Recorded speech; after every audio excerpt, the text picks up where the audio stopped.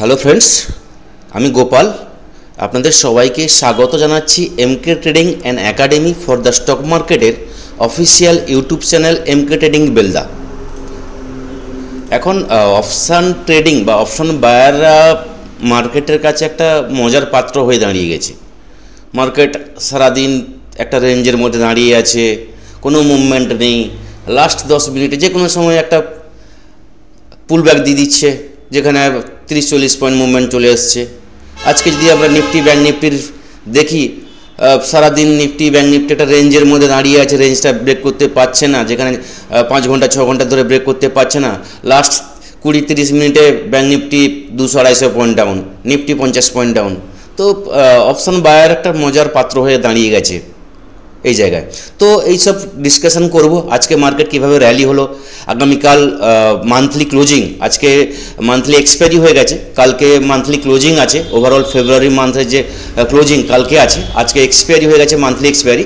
তো কীভাবে মুভমেন্ট হতে পারে মার্কেটে, কালকে কীভাবে ট্রেড করা যাবে, ডিপলি অ্যানালাইসিস করব। তো তার আগে চলুন সবাই আমরা ডিসক্লেমার দেখে নিই। ডিসক্লেমার প্রত্যেকের দেখা এবং পড়া অবশ্যই উচিত। ডিসক্লেমার দেখে ট্রেড করুন। এমকে ট্রেডিং আপনাদেরকে কোনোভাবে কোনো কিছু বাই বা সেলের রেকমেন্ডেশন করে না। এখানে যা কিছু ভিডিওতে ইনফরমেশন দেওয়া হচ্ছে টোটালটাই কিন্তু এডুকেশন পারপাসের জন্য। এবার যদি আমরা নিফটির অ্যানালাইসিস করতে আসি, আমি কালকের ভিডিওতে বলেছিলাম নিফটি যেটা বলেছিলাম 22,500 নিচে গেলে নিফটি কিন্তু 22,400 আসবে, 22,400 নিচে গেলে কোথায় কোথায় লেভেলগুলো আসবে বলেছিলাম। এবং 22,600-র উপর 620-র উপরে গেলে নিফটি কী হতে পারে বা কতদূর আপ ট্রেন্ড যেতে পারে ওভারঅল বলেছিলাম। সেলন রাইস চলছে মার্কেটে আমাদের মার্কেটে বর্তমান যা পরিস্থিতি চলছে, মার্কেটে বায়ার নেই, কেউ কিনতে চাইছে না, মার্কেটে কেউ কোনো বায়ার অ্যাক্টিভ নেই। অপশান বায়ারদের মার্কেট নয়, এখন চলছে অপশান সেলারদের মার্কেট। অপশান বায়ার যাই কিনবে লসই করবে। তো মার্কেটে বায়ার অ্যাক্টিভ নেই, মার্কেটে সবসময় কিন্তু সেলারদের প্রেশার আসছে। মার্কেট কিছু পয়েন্ট উঠে গেলে সেখান থেকে কিন্তু আবার সেলারদের প্রেশার আসছে, মার্কেট কিছু আবার নিচে নেমে আসছে। আমরা নিফটি দেখি, ব্যাঙ্ক নিফটি দেখি, মিড ক্যাপ দেখি, স্মল ক্যাপ দেখি, সমস্ত সেক্টর ওয়াইজ কিন্তু সেম চলছে। মানে মার্কেট বলতে গেলে 3-4 দিন ধরে একটা রেঞ্জের মধ্যে দাঁড়িয়ে আছে। তো এই রেঞ্জ আমার যেটা মনে হয় আরও কিছুদিন চলবে নিফটি ব্যাঙ্ক নিফটিতে, যতক্ষণ না নিফটি মিনিমাম 23,350 23,400-র উপরে ক্লোজিং দিচ্ছে। এদিকে নিচে দরজা কিন্তু খুলে আছে, 22,400 21,700 21,500 কিন্তু দরজা অলরেডি ওপেন হয়ে আছে। তো দেখা যাক কালকে মার্কেট কি হতে পারে। মান্থলি ক্লোজিং আছে কালকে ফ্রাইডে। এখন ফ্রাইডের মতো র্যালি করে না অপশান বায়ারদের এগেন আবার ফ্রাই করে, সেটা দেখার আছে। তো কালকে যদি আমরা ট্রেন্ড দেখি মার্কেটে কি হতে পারে, তাহলে যদি আমরা একদিনের চার্টে আমরা দেখি, তাহলে নিফটি আমরা যে প্রেডিকশান করব, সে নিফটির প্রেডিকশানে আমরা যদি যাই, তাহলে বলবো নিফটির সেম রেঞ্জ চলে আসবে বা সেম প্রেডিকশান চলে আসবে।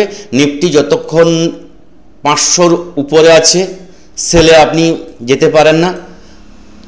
সেলে আপনি যেতে হলে 22,600 620 এই লেভেল যদি যায়, সেখান থেকে যদি ডাউন ট্রেন্ড শুরু হয়, তাহলে সেখান থেকে কিন্তু আপনি স্ক্যাল্পিং করতে পারেন। 22,600 620 এখান থেকে কিন্তু সেলের আপনাকে অপরচুনিটি দেবে। যদি 22,500 কালকে ব্রেক করে, তাহলে সেখান থেকে কিন্তু এবং হোল্ড করে 22,500 ব্রেক করে নিফটি 10 মিনিট ট্রেড করেছে এবং হোল্ড করছে, তাহলে কিন্তু আপনার 22,530-40-এর স্টপ লস লাগিয়ে সেখান থেকে কিন্তু আপনি 22,400 জন্য ট্রেড করতে পারেন। তবে বর্তমান যা মার্কেটের পরিস্থিতি বা মার্কেটে যে ট্রেন্ড চলছে, সেখানে 100 পয়েন্ট টার্গেট রাখবেন না, 40-50 পয়েন্ট টার্গেট রেখে নিফটিকে আপনাকে ট্রেড নিতে হবে। 22,500 নিচে ব্রেক করলে আপনি ডাউন সাইডে যান, সেখানে 22,450 এবং 22,400 এই লেভেল পর্যন্ত আপনি ট্রেড নিতে পারেন। 22,400 চলে এসছে, সেখানে আপনি প্রফিট বুক করে নিন, তারপর হোল্ড করুন, দেখুন কি হয়। মার্কেট যদি আবার ডাউনে যায়, তাহলে সেখান থেকে কিন্তু আবার ডাউন ট্রেড নেবেন, যেখান থেকে কিন্তু 22,200 22,000 লেভেল কিন্তু আমরা দেখতে পাবো। যেখানে আমি বলেছিলাম আগের দিনে যে নিফটির যে রেঞ্জ বা নিফটির যে নেক্সট যে টার্গেট আসছে ডাউন ট্রেন্ডে, সেখানে 22,400 ক্লোজ দিলে কিন্তু 22,000 টাচ করবে এবং 22,000 ব্রেক করলে কিন্তু 21,700 লেভেল কিন্তু আমরা দেখতে পাবো। এবং যদি কালকের জন্য যদি আমরা আপ ট্রেন্ডে ট্রেড নিতে চাই আপের জন্য, তাহলে কি হবে? তাহলে আমাদের প্রথম ট্রেড করা উচিত 22,620 উপরে যদি বা 625-এর উপরে যদি নিফটি হোল্ড করতে পারে মিনিমাম 15 মিনিটস, তাহলে কিন্তু আপ ট্রেন্ডে আপনি ট্রেড নিতে পারেন, যেখানে আপনার ফার্স্ট টার্গেট থাকবে 22,670। এটা আপনার ফার্স্ট টার্গেট থাকবে 22,670। যদি নিফটি ট্রেড করে একদম হোল্ড করে, তাহলে কিন্তু 22,720 এই লেভেল থাকবে, এবং 22,720 পর 22,770, 22,800 এই লেভেল ম্যাক্সিমাম নিফটির কালকে ট্রেড হতে পারে। এবং 22,800 যদি যায়, সেখান থেকে কিন্তু আবার কিন্তু প্রেশার আসবে সেলিংয়ের, তো সেখান থেকে কিন্তু আপনি আবার সেলিংয়ের জন্য আপনি ভালো ট্রেড পেতে পারেন। তো বড় রেঞ্জে আমি বলছি না, ম্যাক্সিমাম যেটা হচ্ছে 22,400, 22,770 এই লেভেল কালকে আমরা দেখতে পারি। এবার আপ ডাউন দুটোই আপনি চান্স পাবেন। মার্কেটে ডাউনে আপনার এসছে, সেখান থেকে 22,400 এসছে, সেখান থেকে একটা স্ক্যাল্পিং পেতে পারেন। 22,500 কাছাকাছি যদি ওপেন হয়, তাহলে দেখুন কোন জায়গায় মার্কেট স্টে করে। 10-15 মিনিট টাইম দিন, ওপেন হওয়ার পর মার্কেট, সেখানে দেখুন মার্কেট কোন দিকে যাচ্ছে। যদি 22,600 ক্রস করে যায়, তাহলে কিন্তু সেখান থেকে কিন্তু আপ ট্রেন্ড পাবেন, যেখানে বললাম 22,620 ক্রস করলে 22,670, 22,720 এই লেভেল পাওয়া যাবে। 22,500 কিন্তু ব্রেক করলে 22,450, 22,400 লেভেল কিন্তু আমরা দেখতে পাবো। যদি ব্যাঙ্ক নিফটির আমরা দেখি, ব্যাঙ্ক নিফটি আজকে হঠাৎ লাস্ট 30 মিনিটসে ব্যাঙ্ক নিফটি একটা বড় ফল এসছে, যেখানে মিনিমাম 200 পয়েন্টের র্যালি হয়েছে।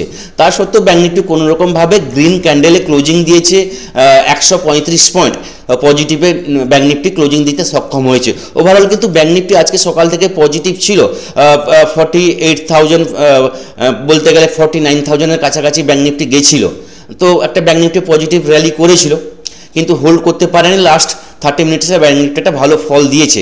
যে জায়গায় ব্যাঙ্ক নিফটি বন্ধ ক্লোজিং দিয়েছে, সেই জায়গায় 48,740-তে ক্লোজিং দিয়েছে।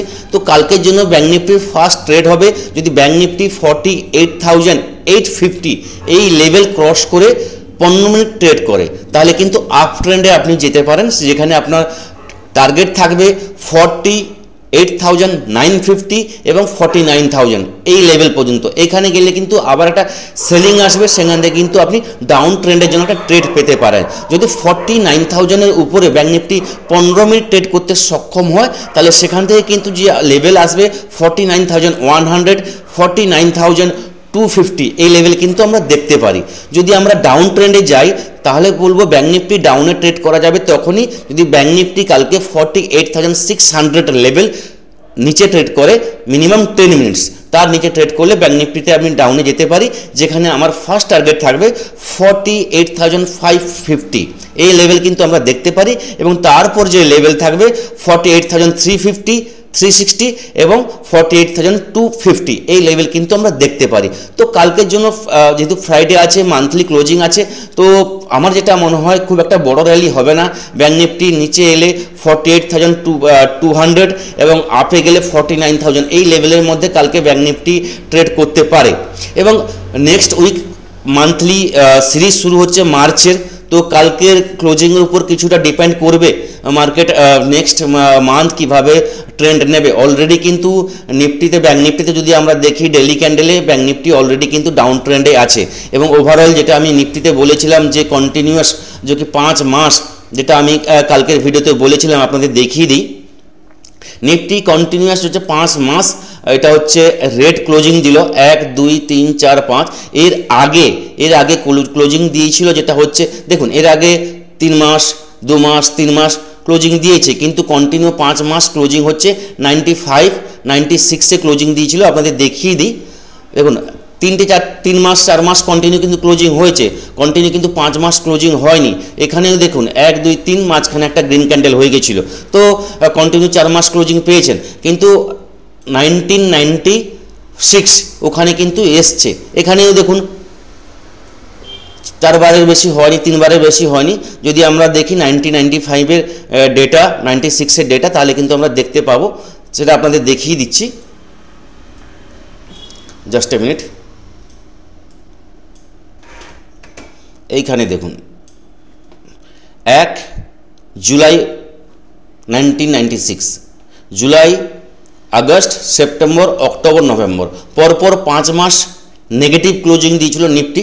তার আগে 95-এ ক্লোজিং দিয়েছিল, সেটা কিন্তু কন্টিনিউ 8 মাস।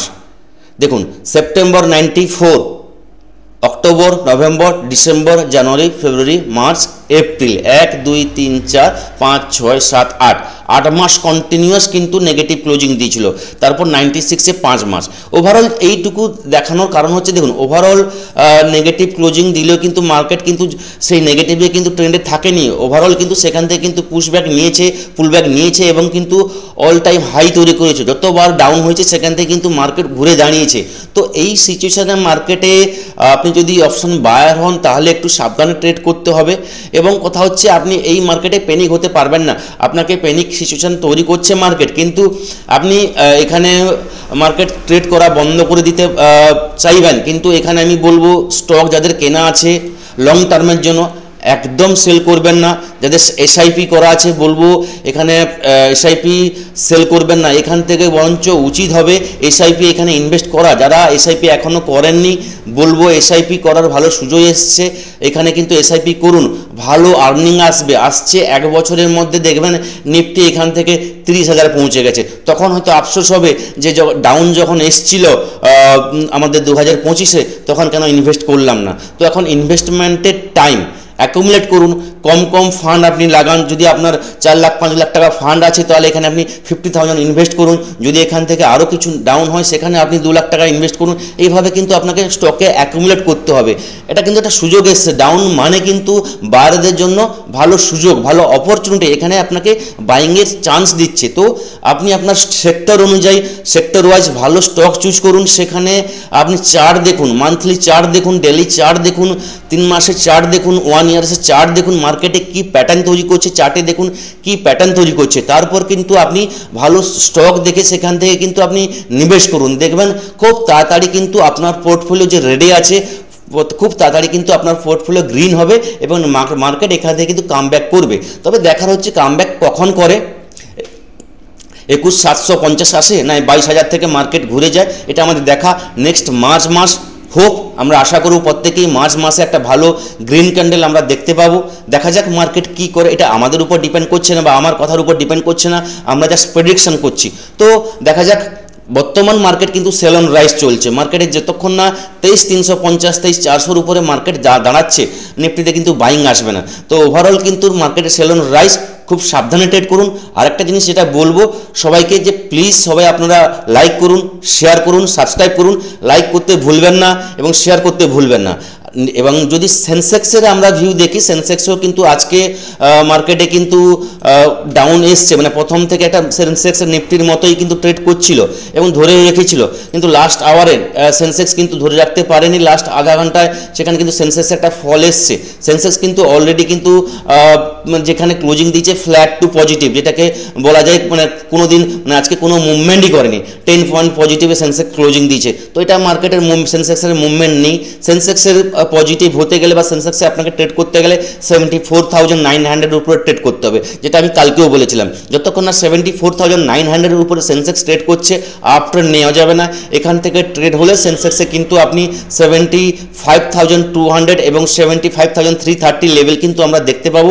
তারপর 75,780 এই লেভেলগুলো কিন্তু আমরা সেন্সেক্সে দেখতে পাবো। যদি সেন্সেক্সে ডাউন ট্রেন্ডে যাই তাহলে কিন্তু ফার্স্ট যেটা হচ্ছে 74,450, এর নিচে যদি সেন্সেক্স ট্রেড করা শুরু করে তাহলে সেন্সেক্সে কিন্তু আমরা ডাউনফল দেখতে পাবো, যেখানে সেন্সেক্সের যে লেভেল আসবে 74,000 কিন্তু লেভেল আমরা দেখতে পাবো এবং হচ্ছে 73,650 এই লেভেল দেখতে পাবো। তো কালকের জন্য সেন্সেক্সে যে লেভেল থাকবে যেটা হচ্ছে 73,650 এবং 75,200 এই লেভেলের মধ্যে সেন্সেক্স কালকে ট্রেড করতে পারে। তো এতটা মুভমেন্ট আমার মনে হয় কালকে সেন্সেক্সে হবে না। 74,000 টাচ করাও কালকে খুব চাপ আছে এবং 75,350 এই লেভেল টাচ করা খুব টাপ আছে। সেন্সেক্সে মোটামুটি বললাম 74,350 যদি ক্রস করে তাহলে কিন্তু 100-200 পয়েন্ট ডাউন হতে পারে বা 74,000 আসতে পারে। 74,000 এলে এখান থেকে কিন্তু স্ক্যালপিং পাবেন এবং 75,350 এলে কিন্তু এখান থেকে ডাউনের জন্য একটা স্ক্যালপিং পাবেন। তো এই থাকলো কালকের জন্য অ্যানালাইসিস।